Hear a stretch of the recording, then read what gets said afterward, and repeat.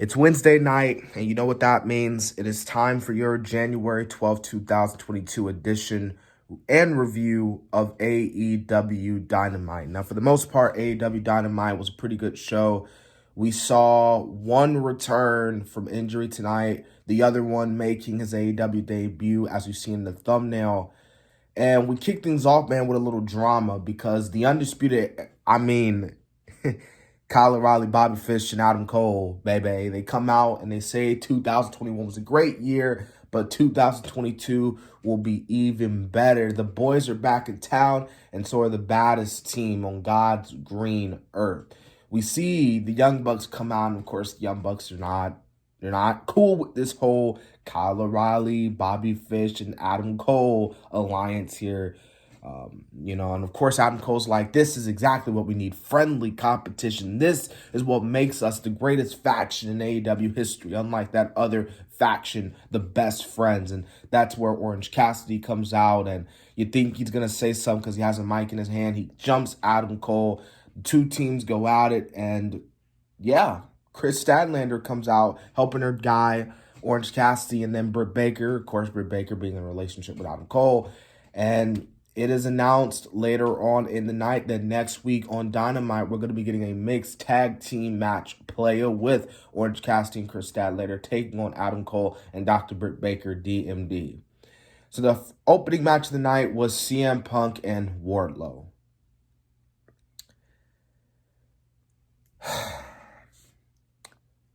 CM Punk gets the win.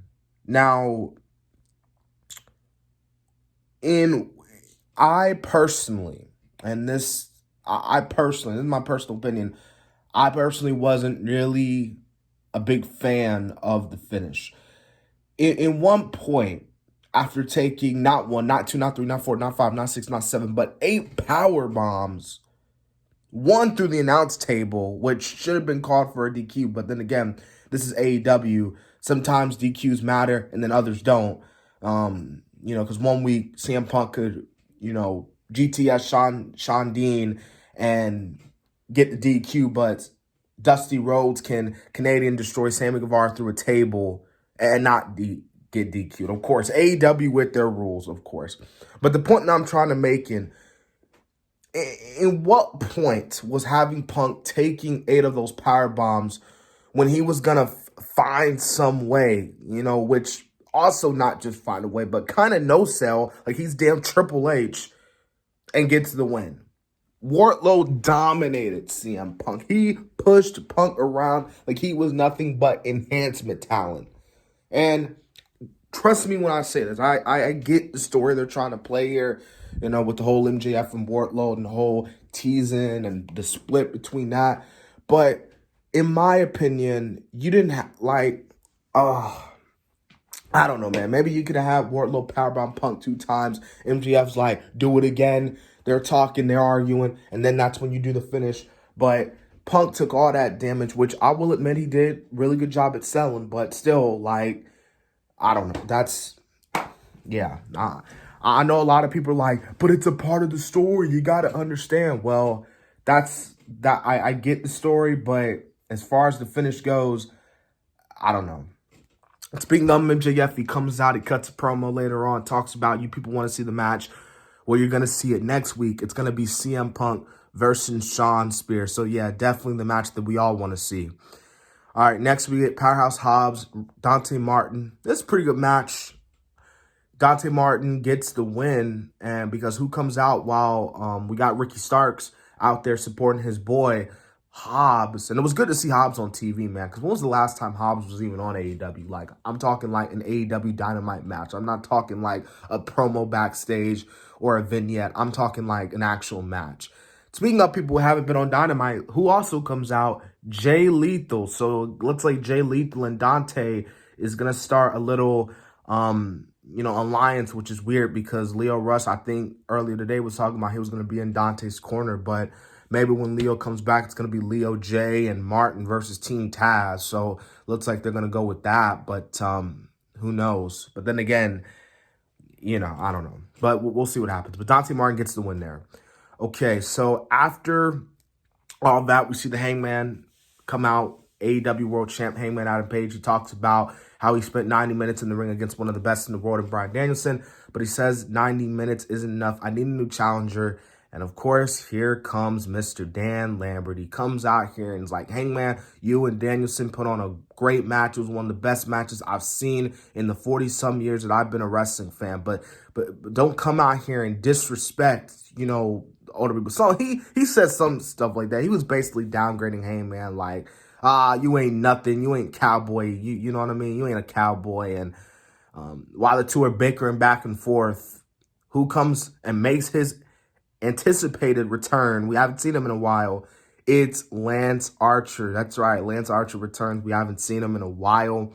And he comes, and it looks like he's going after Dan, but he actually goes after Hangman Page. So it looks like we're going to be seeing Lance Archer versus Hangman Page. Maybe at Revolution, I don't know. Maybe on an episode of AEW Dynamite. But Lance returns, and what a way to return, man. Taking out the AEW World Champ. Next, we get a Garcia versus Serena Deeb.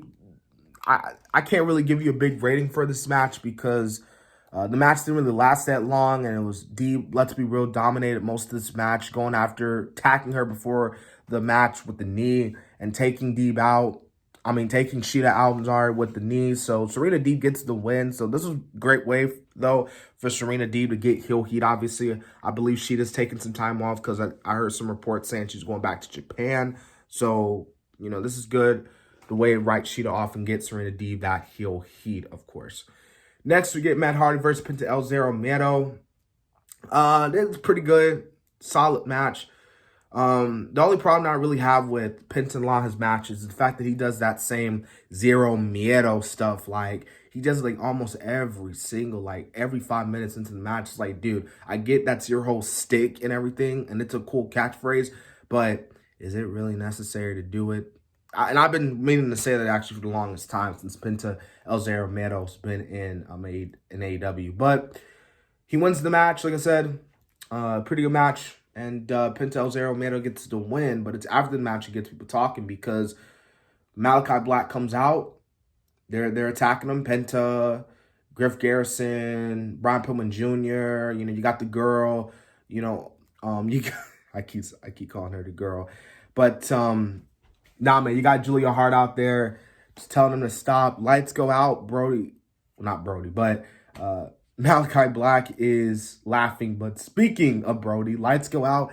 Here's Brody King. Brody King makes his AEW debut. Let's be real, that it wasn't a big surprise to me. This was rumored for quite some time now that King was gonna show up in AEW. For those who don't know, he used to work in Ring of Honor. And yeah, that was that. Next, we get the Acclaim versus Bear Country. So the Acclaim gets the win. I thought this was a pretty solid tag team match. I think the Acclaim getting the win there was obviously the right decision. Next, we get Sami Guevara versus Daniel Garcia interim TNT title match. We also hear Cody's coming back next week. Pretty good not tag team match, but really good main event, and that was the show. So yeah, man, overall tonight I thought AEW Dynamite, for the most part, it was pretty good. I ain't gonna lie. I know I said a lot of stuff about Punk and Wardlow, but hey, that's just my opinion. If you feel any kind of way, tell me in the comment section. So yeah. Tomorrow I actually have a very special video. Tomorrow I'm going to be doing my WWE 2011 Retro review. That video has already been edited, recorded, so it's going to be out tomorrow, most likely around 12/1. So be on the lookout for that. I'm really excited to put that out. But yeah, man, thank you guys for tuning into this video. Remember to subscribe to the channel. We are on the road to 530 subs. And so, yeah.